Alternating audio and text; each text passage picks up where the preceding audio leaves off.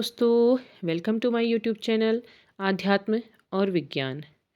आज इस जर्नी में मैं आपके लिए एक और संदेश लेकर के आई हूँ या एक और नया विचार लेकर के आई हूँ कहना चाहिए। बहुत बार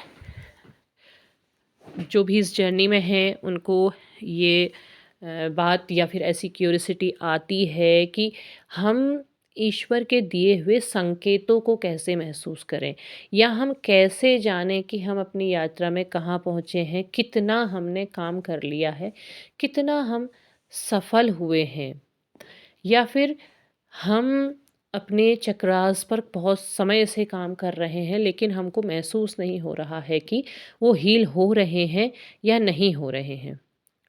देखिए, मैंने जो महसूस किया है, हमें जो भी संकेत मिलते हैं या जो भी जानकारी मिलते हैं, उसके लिए ईश्वर विभिन्न माध्यम तैयार करते हैं। जैसे आपसे कहा जाता है कि अगर आप इस जर्नी में हैं तो आपके पास हमारे मैसेज अपने आप पॉपअप हो जाएँगे।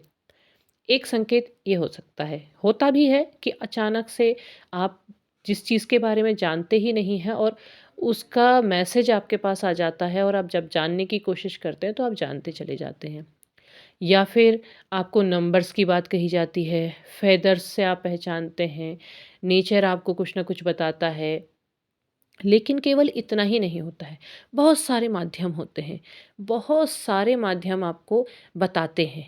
तो इसमें मैं एक बड़ी ही प्यारी कहानी लेके आई हूँ। हो सकता है आप लोगों ने पढ़ी भी हो, लेकिन आप इसको ध्यान से सुनिएगा और समझिएगा कि देखिएगा कि कितना कुछ इसके अंदर कहने की बात कही गई है और कितना आपके जीवन से, आपकी इस यात्रा से रेज़ोनेट होती है। शायद आप लोगों ने पढ़ी भी होगी, आपने लेखक का नाम सुना होगा अज्ञेय, प्रगतिवादी कवि रहे हैं। उन्होंने लिखी थी असाध्य वीणा। ये जापान की एक कहानी पर आधारित थी, जिस वीणा को कोई भी नहीं बजा पाता है, उसे एक व्यक्ति अंततः बजा लेता है और वो एक कविता है और उसमें छिपी हुई कहानी है। तो वो व्यक्ति उस वीणा को कैसे बजा पाता है? एक ऐसे विशेष वृक्ष से बनी होती है वो वीणा, किरीट का वृक्ष कहलाता है, जिससे वो वीणा बजी होती है, जिसने वो बनाई होती है, उसने अपना सर्वस्व उस वीणा को बनाने में न्यौछावर कर दिया होता है और उसके बाद उसकी मृत्यु हो जाती है। उसकी मृत्यु के बाद वो वीणा राजा के पास आ जाती है, वो राजा बहुत सारे कलाकारों को बुलाता है, लेकिन कोई भी उस वीणा को बजा नहीं पाता है। अंततः एक सन्यासी चित्रांगद नाम के आते हैं, उनसे वो अपनी बात रखते हैं। राजा चाहते हैं कि वो वीणा बजे, तो वो कहते हैं कि मैं कोई संगीतकार नहीं हूँ, लेकिन राजा जब बार बार अनुरोध करते हैं तो वो कहते हैं कि ठीक है, मैं प्रयास करूँगा। तो अब देखिए प्रयास क्या है उस वीणा को बजाने के लिए।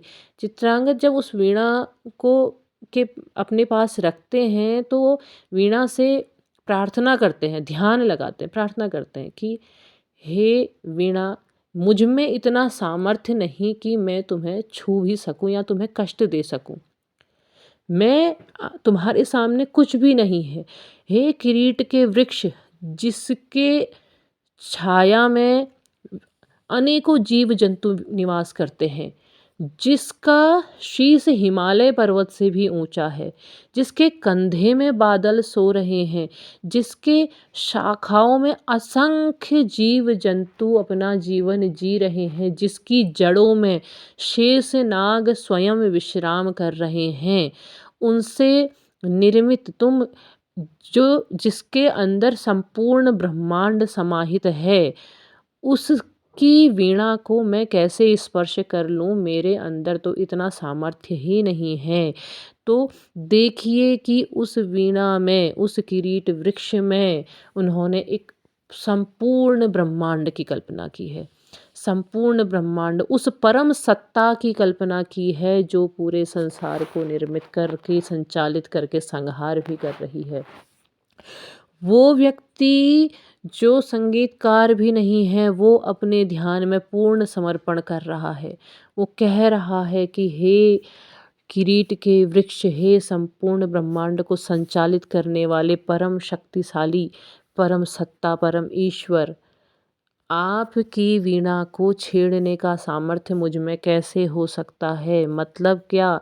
मतलब जो संसार ईश्वर ने बनाया है, उसके बनाए हुए उसके निर्माण में हेर-फेर करने की सामर्थ्य मनुष्य में कहीं से कहीं तक नहीं हो सकती है। वो समर्पित कर रहा है अपने आप को, पूरी तरह समर्पित कर रहा है, और यही समर्पण तो इस जर्नी में माँगा भी जाता है। वो पूरी तरह समर्पित कर रहा है कि हे परम सत्ता, हे परम ईश्वर, मैं तुम्हारे शरण में हूँ। तुम सब कुछ कर सकते हो, मेरे अंदर इतना सामर्थ्य नहीं कि मैं तुम्हारी निर्मित सृष्टि में कुछ भी कर सकूं। और उसके बाद ध्यान की अवस्था में वो असाध्य वीणा अपने आप बज उठती है। वो जब बजती है तो हर किसी को उनका सोल पर्पस अपनी तरीके से ज्ञात होता है। उन्हें अपने जीवन के ध्येय अपने आप ज्ञात होते हैं। राजा को लगता है कि मैंने कितना जनता को कष्ट पहुंचाया था और मैं युद्ध लड़ रहा हूँ, ये सब कर रहा हूँ। रानी को लगता है कि ये वस्त्र आभूषण तो केवल भ्रम है। भक्त को लगता है कि उसे ईश्वर की प्राप्ति हो गई है।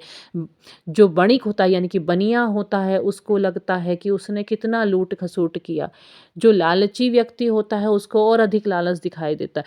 तो हर किसी को उस स्वर में परम सत्ता के द्वारा दिए गए अलग अलग संकेत मिलते हैं। तो देखिए, आप हम सभी इस यात्रा में हैं और हर किसी को अलग अलग संकेत मिलते हैं। अलग अलग सोल पर्पस ज्ञात होता है कि उनकी आत्मा का पर्पस क्या है, क्या उनके जीवन का उद्देश्य है। तो जानिए कि ये प्रकृति, ईश्वर इस प्रकृति के विभिन्न माध्यमों से आपको अलग अलग संकेत दे रहा है। बस प्रयास ये होता है कि हम उसे कितना सुन पाते हैं। तो प्यारे सोल मेट्स मेरे, आप ट्विन्स हैं तो मेरे सोलमेट्स आप हैं। तो आप सभी को अलग अलग माध्यमों से अलग अलग संकेत मिलते हैं। आपने उनको जानना है, उनको समझना है। वो सब आपकी यात्रा में सहायक होते हैं। ध्यान नहीं लग रहा है, ध्यान लग रहा है, हमारे चक्र जागृत नहीं हो रहे हैं। ईश्वर ज्ञान की धारा अलग अलग माध्यमों से भेजता है। बस स्थिति ये है कि हम उसको कितना समझ रहे हैं, कितना सुन रहे हैं और कितना महसूस कर पा रहे हैं, कितना उसे हम आत्मसात कर पा रहे हैं। आप ज्ञान को धर्म ग्रंथों में ढूंढ रहे हैं या फिर आपसे कहा है कि आप स्पिरिचुअल यात्रा में हैं तो आप स्पिरिचुअल, तो आप घंटों, आपने घंटा नहीं बजाना है। घंटों मंदिर में पूजा कर रहे हैं आप, या फिर आप संस्कृत के श्लोक पढ़ रहे हैं जिनका अर्थ भी आपको समझ नहीं आ रहा है, लेकिन आप कर रहे हैं और आप सोच रहे हैं कि आप स्पिरिचुअल हो रहे हैं। अरे समझिए, उन चीज़ों को आत्मसात कीजिए।